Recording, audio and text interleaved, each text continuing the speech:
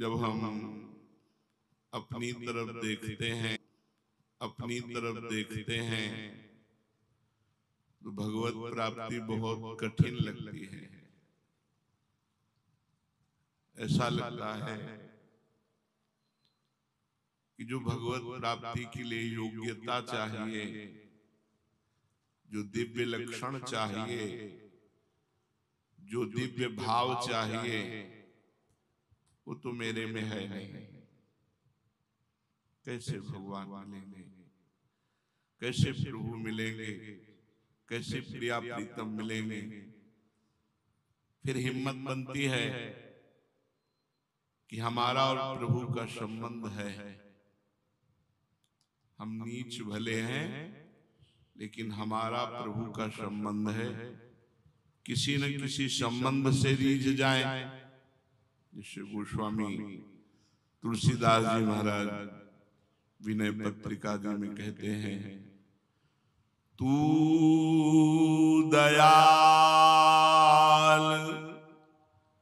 दीन हो, तू दानी हो, भिखारी हो, प्रसिद्ध पात की तू पाप पुंज हारी। नाथ तू अनाथ को अनाथ कौन मोसो, मोह समान आरत नहीं, आरती हर तो सो। ब्रह्म तू हो जीव, तू है ठाकुर हो चेरो, तात मात गुरु सखा, सब विदु हितु मेरो। तात मात गुरु सखा, सब विदु हितु मेरो। तो ही मोहि नाते अनेक, मानिए जो भावे। ज्यों त्यों तुलसी कृपालु, चरण शरण पावे। ज्यों त्यों तुलसी कृपालु, चरण शरण पावे। तू दयाल दीन हो, तू दानी हो, भिखारी हो, प्रसिद्ध पात की तू पाप पुंज हारी। जब प्रभु के संबंध की तरफ देखते हैं तो लगता है नाथ तुम दीनों पर दया करने वाले कहे गए हो। मेरे जैसा दीन कौन मिलेगा? कुछ नहीं है जिससे मैं आपको रिझा सकूं। अगर कुछ है तो घमंड है, अहंकार है केवल, जिससे तुम रीझते नहीं। अगर कुछ है हम में तो तो अहंकार है जिससे तुम रीझते नहीं। आपके रिझाने के लिए हमारे पास कुछ नहीं, बस एक संबंध याद करके हिम्मत बनती है कि आप मिल जाओगे। सुना है दीनों पर दया आप करते हो, दीन बंधु तुम दयालु हो, मेरे जैसा दीन और कौन होगा, मैं दीन हूं। हे नाथ तुम अतुल दानी हो, महान दान करने वाले हो, तो मेरे जैसा भिखारी कौन हो। तू दानी हो भिखारी, तू दानी हो भिखारी, तुम दान देने वालों में शिरोमणि हो। करुणा कर उदार राखत कछु न सार, आप अति उदार बिब सुंदर सूरत सूर सुकुमार, अति उदार हो और मैं अत्यंत भिखारी हूं। हे नाथ आप पापहारी हैं, तो मैं प्रसिद्ध पापियों में हूं। अधिक से अधिक मलिनता मेरे हृदय में है। आप पतित पावन हैं, मैं पतित हूं, तो आप पतितों को पावन करने वाले हैं, पाप पुंज का नाश करने वाले हैं। हे नाथ सुना है तुम अनाथों के नाथ हो, तुम मुझ जैसा अनाथ कौन होगा। प्रभु आप दुखों का नाश करने वाले हो, तो हमारे जैसा दुखी कौन होगा। नाथ वेद और शास्त्र और ब्रह्म ऋषि कहते हैं कि आप ब्रह्म हैं, तो हमारा संबंध है, हम जीव हैं, आपके अंश हैं। तुम स्वामी हो, मैं सेवक हूं, अधिक क्या कहूं प्रभु। मेरा तो आपसे संबंध है, आप ही मेरे माता, आप ही मेरे पिता, आप ही मेरे गुरु, आप ही मेरे मित्र, आप ही सब प्रकार से हितकारी हो। हमारा हेतु आप ही हो। मेरे अनेक नाते हैं, तुम्हें जो नाता अच्छा लगे, दीन भिखारी का, पापी पतित पावन का, नाथ अनाथ का, जो भी नाता, माता पिता भाई बंधु गुरु सखा, जो तुम्हें अच्छा लगे वो मान लो, मैं आपका ही हूं। बस बात केवल कृपालु एक यही है कि किसी भी तरह से मैं आपके चरणों की शरण पा जाऊं, कैसे भी मैं आपको प्राप्त कर लूं। मेरे में जब मैं अपनी तरफ देखता हूं तो कोई भी सद्गुण नहीं जिससे मैं दावा पेश कर सकूं कि आप मुझे मिलो। मैं तपस्वी हूं, मैं जितेंद्री हूं, मैं भजनानंदी हूं, मैं ऐसा कुछ नहीं। पूर्व के जो संत जन भजन किए उनकी बात सुनकर हृदय कांप जाता है। भजन करने की तो बात जाने दो, उनकी बात सुनकर हृदय कांप जाता है। कहाँ उनका त्याग, कितना प्रभु के प्रति समर्पण, कितना प्रभु से प्रेम पूर्वक जुड़ करके निरंतर भजन करते रहना। यहाँ तो भोगों से जुड़ करके इस बात में खुशी है कि आपकी कृपा से हमारे मनमानी भोग हम भोगने को मिलते हैं, इसलिए आपकी कृपा है। हम आपकी कृपा इसलिए मना रहे हैं कि आपसे हमारी इंद्रियों का पोषण हो रहा है। आपके नाम के बल पर हम अपनी मनमानी कर पा रहे हैं, तो हम कह रहे हैं आपकी बहुत कृपा है। नहीं तो प्रभु जब आपके कृपा पात्रों को जीवन देखते हैं तो हमारा जीवन बिल्कुल नगण्य, बहुत ही पतित, बहुत ही आपसे विमुख पाया जाता है। कहाँ जिनको कुछ अच्छा नहीं लगता, रात दिन आपके लिए रो रहे हैं, भजन कर रहे हैं, उनके आगे हमारा भजन क्या है। पर फिर भी प्रभु हमारा आपका संबंध है।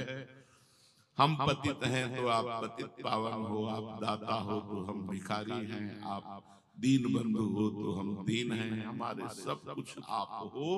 जब ये बात हृदय में आती तो उत्साह आ जाता है कि आप निश्चित हमें मिलेंगे। प्रभु का मिलना ही जीवन का परम लाभ है। देखो, जीवन क्षण भंगुर है, अभी है, क्षण भर बाद में रहेगा कि नहीं। कल अपने लोग सब ऐसे बैठे रहेंगे, सब लोग रहेंगे, ये गारंटी नहीं, पता नहीं कौन उठ जाए। ऐसा ये भयावह मृत्यु लोक है। यहाँ की सभी चीजें नाशवान हैं, किसका गुमान करें, कभी भी कुछ भी नष्ट हो सकता है। पर हम मोह में पड़ करके, अज्ञान में पड़कर इन्हीं बातों पर खुश हो जाते हैं कि हमारे पास जमीन है, मकान है, धन है, स्त्री है, पुत्र है, प्रतिष्ठा है, लेकिन ये सब मरने के बाद क्या, शरीर छूटने के बाद क्या। इसलिए हे प्रभु, इस क्षण भंगुर शरीर में हमें ऐसा ज्ञान प्रदान करो कि हम निरंतर आप में ही रमें, आपसे ही संतुष्ट रहें। तुष्यन्ति च रमन्ति च, आप में ही रमण करें और इस बात में खुश रहें कि हमारे हृदय में प्रभु का स्मरण चल रहा, इससे बड़ा कोई लाभ नहीं। आपका विस्मरण सबसे बड़ी हानि, आपका स्मरण सबसे बड़ा लाभ। सोचो, कितने बड़े बड़े धनी मानी, ऐश्वर्यवान, कीर्तिवान इस संसार में हुए, कौन जानता है। चले, हम तुम सबको जाना है, जाने की तैयारी कर लो। जो पहले से तैयार न थे, पछता पछता कर चले गए। रहे न रावण सम अभिमानी, हिरण्याकश्यप सम वरदानी। खान विभो की खान जगत में कुछ दिन के मेहमान, भजले श्री भगवान जगत में कुछ दिन के मेहमान। बड़े बड़े ऐश्वर्यशाली, कीर्ति बलशाली, ये सब नष्ट हो गए। क्या उनके साथ ये जमीन गई, महल गए, कुछ धन गया, कोई व्यक्ति गया, प्रतिष्ठा गई? नहीं। इन नश्वर चीजों में उन्होंने अपने दिव्य समय को नष्ट करके दुर्गति प्राप्त की। ऐसा न समझा जाए कि बड़ा आदमी है तो सदगति प्राप्त करेगा। सबसे बड़े पद में त्रिभुवन का पद है, सबसे बड़ा इंद्र पद। इंद्र पद में महाराज नहुस गए, वासना से पीड़ित होकर माता सची के लिए गलत भावना की तो अजगर की योनि को प्राप्त हो गए। बड़े बड़े यशस्वी प्रतापवान हुए, उनके साथ कुछ नहीं गया और इसी यश और प्रताप में भगवान को भूल करके अपनी दुर्गति का कारण बन गए। विचार करो, रावण से प्रतापी, हिरण्यकश्यप से वरदानी, विश्व विजयी, सहस्त्राबाहु अर्जुन, तुम्हारे तो 2 भुजाएं, उसके तो 1000 भुजाएं थे। इस धरती को जो त्राहिमाम बुलवा देने वाले बलशाली थे, आज उनका पता नहीं। फिर तुम किस बल पर भगवान को भूल रहे हो? किस लाभ के लिए तुम भगवान का भजन छोड़ देते हो? ये लाभ सब झूठा है। अभी मरो तो तुम्हारा बैंक बैलेंस, बिल्डिंगें, जो भी सब झूठा, सब झूठा। उमा कहूं मैं अनुभव अपना, सत हरि भजन जगत सब सपना। सत्य वस्तु, सत्य कमाई, सत्य धन, भगवान का नाम। जितना आपने जप लिया उतना ही सत्य, बकाया सब झूठा, सब व्यर्थ। सोचो, तुम्हारे पिता, तुम्हारे पितामह, घर के बड़े बूढ़े सब कहां गए? मृत्यु के गाल में सब समा गए। वो लोग क्या नहीं सोचते थे, लेकिन क्या उनकी सोच सत्य हुई? सब सोच यही रह गई और वो यहां से चले गए। ऐसे ही आप भी चले जाएंगे। सोच सोच ये मकान मिल जाए, फिर ऐसा हो जाए, फिर ऐसा हो जाए, फिर ऐसा हो जाए, और ऐसा सोचते सोचते मर गए। यदि उस सोच में भगवान का भजन नहीं तो तुम्हारी सोच शोक प्रदान करने वाली बनेगी। यदि उस सोच को बदल दो, ऐसा श्री जी का श्रृंगार आज करेंगे, आज ऐसा भोग लगाएंगे, आज प्रियालाल को ये पद सुनाएंगे, आज प्रियालाल को ऐसे सुख पहुंचाएंगे, ये सोच आपकी परम सत्य सच्चिदानंदमयी अन्य सब सोचे पार्थिव मायाकृत नाशवान। सोचो तुम्हारी दशा क्या होगी जब तुम भगवत विमुख होकर शरीर यहां से त्यागोगे और आपके कर्मों का निर्णय होगा। कृपालु भगवान ने संस्कृति मान बरियाई के पायो मानुष्य देव थाकत डारत संस्कृति के चक्र को रोक करके मनुष्य शरीर कृपा करके दिया, और आपने उस मनुष्य शरीर को संसारिक सोच में नष्ट कर दिया, भजन नहीं किया, व्यर्थ का चिंतन करते हुए व्यतीत कर दिया। तो जब मालिक के दरबार में पहुंचोगे तुम्हारा हिसाब किताब होगा तो दुर्गति हो जाएगी, तुम्हारी दशा बिगड़ जाएगी। इसलिए देखो तुम्हारा ये यौवन, तुम्हारी ये जवानी, तुम्हारा रूप, तुम्हारा धन, तुम्हारा सम्मान, ये सब यही रह जाएगा।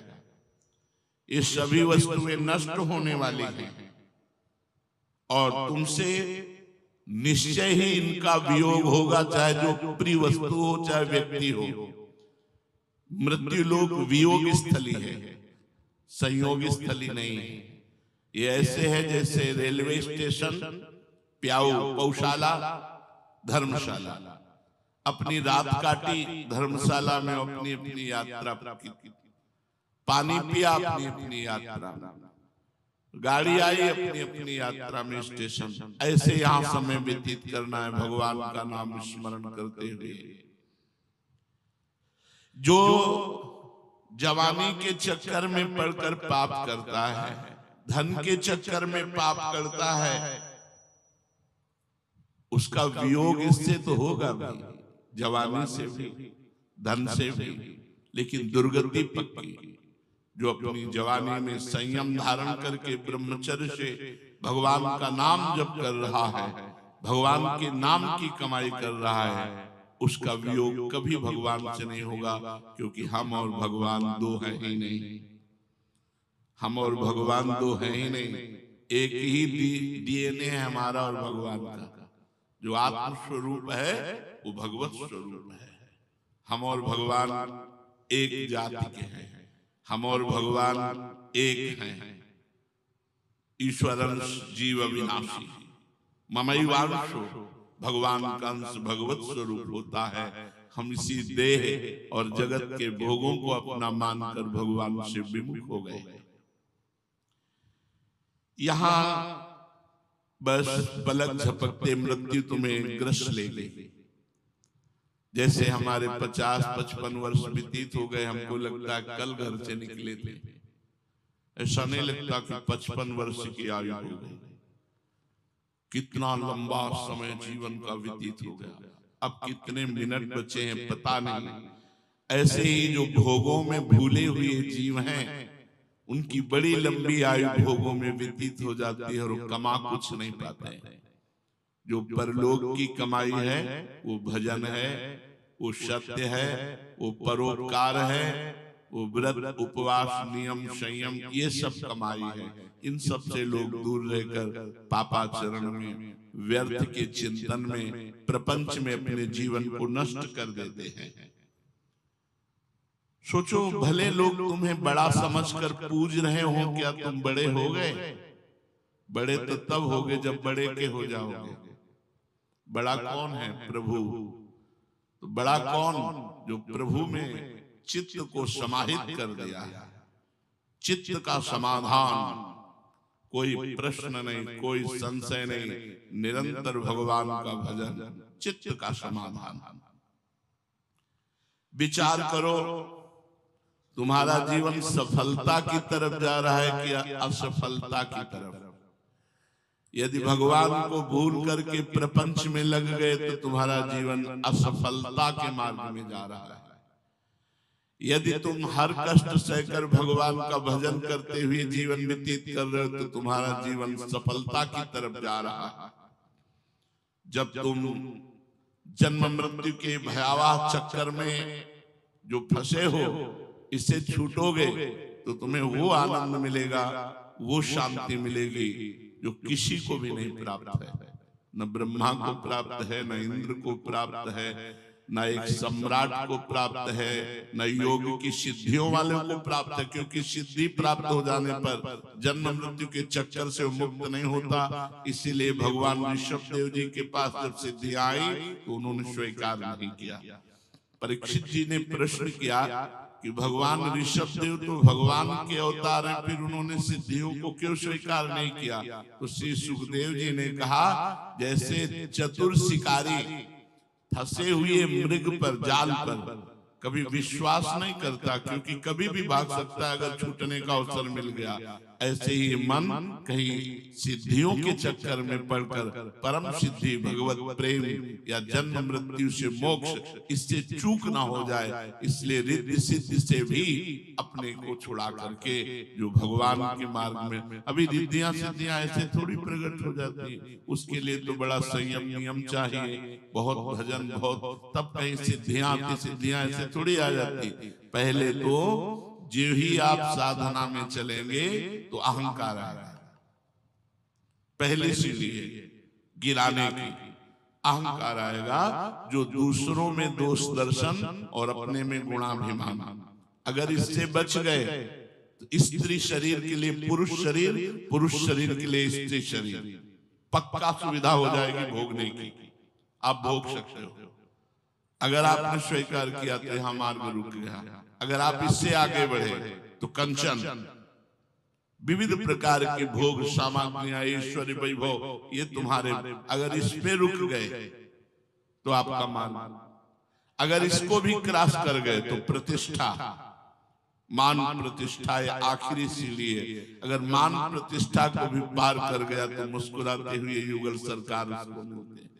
तुमने गर्भवास में भगवान से प्रतिज्ञा की थी, रो रो कर प्रभु से गर्भ में कहा था जब गर्भ के कष्टों को भोग रहे थे कि एक बार मुझे गर्भ के इस नरक से बाहर कर दो प्रभु, मैं जाकर ऐसा भजन करूंगा कि दोबारा कभी किसी भी मां के गर्भ में न जाना पड़े। प्रभु इस मनुष्य जीवन में स्त्री मां के गर्भ रूपी नरक से मुझे बाहर कर दो, मैं बाहर जाकर खूब भजन करूंगा। बाहर आए तो ज्ञान अपहृत हो गया, माया के द्वारा भूमि परत भाटी ढाबर पानी, तिम जीवहि माया लपटानी, लड़का हुआ बोले थाली बजाओ। वो रो रहा है, कहाँ कहाँ वो विशुद्ध ज्ञान कहाँ गया, वो भगवदानंद कहाँ गया? बस नाल छेदन हुआ, गाना बजाना शुरू हो गया। अब फिर वही मोह जाल डाल दिया गया, ये मम्मी, ये तुम्हारी मौसी, ये तुम्हारा, बस फंस गया जाल। जननी जनक बंधु सुखदारा तनुधन धाम सुहृद परिवारा, फिर इसमें ममता कर ली। ये भूल गए कि गर्भ में मैं अकेला जब कष्ट पा रहा था तब मेरे प्रभु ने आनंद दिया, और उन आनंद सिंधु से वादा करके आया हूं कि एक बार चांस दे दो, मैं आपका भजन। वो भूल गया, सब भूल गए, सब लोग भूल गए। उसे जगाना है, उसे फिर पुनः जागृत करना है। वो बात जागृत होती है संत समागम से। इसीलिए जब हरि की विशुद्ध कृपा होती, जब द्रवै दीन दयालु राघव, तो साधु संगति पाइए, क्योंकि उससे हमारा खोया हुआ ज्ञान पुनः जागृत होता है। अब उस प्रतिज्ञा को भूलकर मिथ्या माया ममता में फंसकर फिर उसी भीषण गर्भवास की यंत्रणा भोगने की तैयारी कर रहे हो। होश में हो जाओ, शीघ्र चेतो, अब जीवन नहीं रह गया है, अब जीवन नहीं रह गया। 50, 55 वर्ष, 40 वर्ष, 30 वर्ष, अब पता नहीं 30 सेकेंड है कि नहीं, क्या पता था उनको कि काल 1 मिनट में हमारी सब मनोरथों में पानी फेंक देगा। कोई चिंतन कर रहा होगा कि अमुक जगह जाकर ऐसे अमुक से मिलेंगे, अमुक सब मिट्टी में मिला दिया। चेतो, शीघ्र चेतो, कहीं जीवन के बचे हुए दिन भगवत विमुख असावधानी में न बीत जाए। तुम्हारे हाथ बहुत बढ़िया अवसर लगा है, फिर 83,99,999 योनियों में जो नहीं कर सकते वो केवल है भजन, वो मनुष्य योनि में कर सकते हो। स्त्री भोग का सुख तो हर योनि ले रही है, रसेंद्री का खान पान का सुख हर योनि ले रही है, सोने उठने बैठने क्रिया पारिवारिक संबंध हर योनि ले रही है। एक एक सुकरी के 20-20 बच्चा, खूब ये सब निद्रा भय आहार मैथुन, इसका तो सारे संसार के हर जल चैतन्य में सब फैला हुआ है। एक सुख है भगवदानंद, वो केवल मनुष्य शरीर में ही प्राप्त हो सकता है, अन्य किसी योनि में नहीं। देखो अब तक जो भूल हो गई भगवान क्षमा कर देंगे। एक एकांतिक में प्रश्न करता धर्म को कोष है, मैं धर्म करता हूं फिर भी मुझे इतना भगवान ऐसा। जब कोई धर्म और भगवान की तरफ कड़वे शब्द बोलने की चेष्टा करता है तो हमारा हृदय दाह से युक्त हो जाता है, ताप युक्त हो जाता है। क्योंकि करुणा में भगवान की करुणा को न समझ करके तुम ऐसा, तुमका पूर्व जन्म की छोड़ो, वृंदावन में बैठे हुए इसी जन्म का रजिस्टर निकालो अपने पापों का और तुम न्यायाधीश बनो और तुम देखो कि तुमने क्या क्या किया है, क्या उसका दंड विधान होता है और वो कर्म तुमने किए फिर भी तुम सुख चैन से हो, इसमें भगवान की कृपा है या भगवान का न्याय गलत है। हम कहा अगर अपने जीवन को देखोगे तो इतना केवल कह सकते हैं, अपने जीवन को देखने के बाद इतना कह सकते हैं कि प्रभु क्षमा करो, बस आपकी कृपा की ही बात है, मैं किसी योग्य नहीं।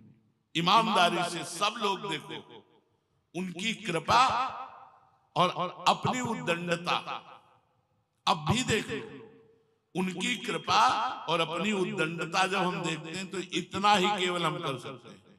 न्याय करने पर इतना आएगा कि क्षमा प्रभु क्षमा, त्राहिमाम प्रभु त्राहिमाम, मैं आपके योग्य नहीं हूं प्रभु, मैं आपका अपराधी हूं, पर फिर भी आपकी इतनी कृपा हम पर है। अब तक जो भूल हो गई सो हो गई, उसके लिए अब रोने का समय नहीं, नाम जप करो। उसके लिए पश्चाताप मत करो कि बैठे वर्तमान के समय को भी भूत के चिंतन में व्यतीत करो। भूत में जो हो गया सो हो गया, छोड़ो, अब वर्तमान को संभालो। जीवन के जितने दिन बाकी हैं उन्हीं को दृढ़ संकल्प करो कि एक सेकेंड भी अब मैं भगवान से विमुख नहीं जीऊंगा। राधा राधा राधा राधा, हर सेकेंड हर मिनट अब मैं प्रभु से जुड़कर ही जीऊंगा। अब विषय भोगों से, संसार से, किसी अन्य क्रियाओं से भगवत विमुख होकर नहीं जीऊंगा। क्रियाएं तो करनी ही पड़ेंगी संसार में, कर्म तो करना ही पड़ेगा, पर माम अनुस्मरण युद्ध मेरा स्मरण करते हुए कर्म करो तो जीवन को सफल कर लोगे। ऐसा अवसर बार बार नहीं मिलने का, इस परम लाभ को प्राप्त करने में आलस्य मत करो। सोचो, यावत् स्वस्थमिदं कलेवरम यावत् च दूरे जरा, जब तक बुढ़ापा दूर है, शरीर स्वस्थ है, तब तक तुम कुछ भी कर सकते हो। क्या कर्मों का भोग है। यावत् स्वस्थमिदं कलेवरम यावत् च दूरे जरा, जब तक तुम्हारा शरीर स्वस्थ है, बुढ़ापा ग्रसित नहीं कर लेता, रोग ग्रसित नहीं कर लेता, तभी तक तुम कुछ अपने लिए कर सकते हो। अपने लिए क्या है? भगवान का नाम जप, तीर्थ याटन, व्रत, उपवास, नियम, संयम, इनके द्वारा तुम अपने पापों को नष्ट करके उज्जवल भविष्य बना सकते हो। क्या उज्जवल भविष्य? जिंदा फेंक दिया कबाड़ में। कर्म देखो, उनके कर्म फेंकने वालों के, और उस जीव का कर्म देखो कि शरीर की त्वचा सड़ रही है, कोई औषधि नहीं, और कम से कम कोई पानी तो पिला दे, तो कूड़ा घर में फेंक आए, जहां कूड़ादान रखा होता है बड़ा बड़ा टाली वाला, उसी में फेंक दिया। सोचो, जब तक तुम्हारा शरीर स्वस्थ है, इंद्रियां सशक्त हैं, मन प्रबुद्ध है, बुद्धि काम दे रही है, तभी तक तुम भगवान का भजन कर सकते हो। अगर भगवान के भजन का अभ्यास स्वस्थ अवस्था में नहीं किया तो आप रोगी शरीर में नहीं कर सकते, बुढ़ापे में नहीं कर सकते। इसलिए बहुत सावधान होकर एक एक क्षण श्री भगवान के चिंतन में, भगवान के भजन में व्यतीत करो। यही जीवन की परम सार्थकता है। श्री राधा वल्लभ।